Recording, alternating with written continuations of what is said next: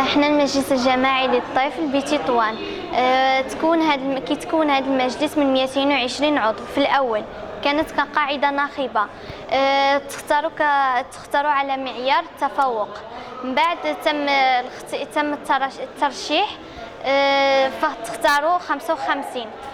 كانت كتدوز عبر مراحل. كل يوم كيترشح 13 حتى تجمعوا عدد الاعضاء 55، اللي هو 55 العدد الشامل للاعضاء المجلس كامل. كان انعقدت اول دوره اللي تم فيها انتخاب رئيسة المجلس الجماعي والنواب العشرة ورؤساء اللجان. وهذا المجلس هذا الهدف ديالو هو تربية الأجيال الصاعدة الأطفال والتشبيه على قيم الديمقراطية، التسامح والعطف ومعرفة حقوقهم، خلق ثقافة الحوار والتشاور بين الأطفال من جهة وبين الأطفال من جهة أخرى.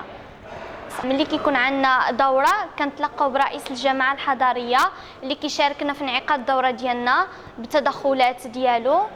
حاليا حنايا كنطالبوا بشي مطالب في الطور ديال التنفيذ ديالها.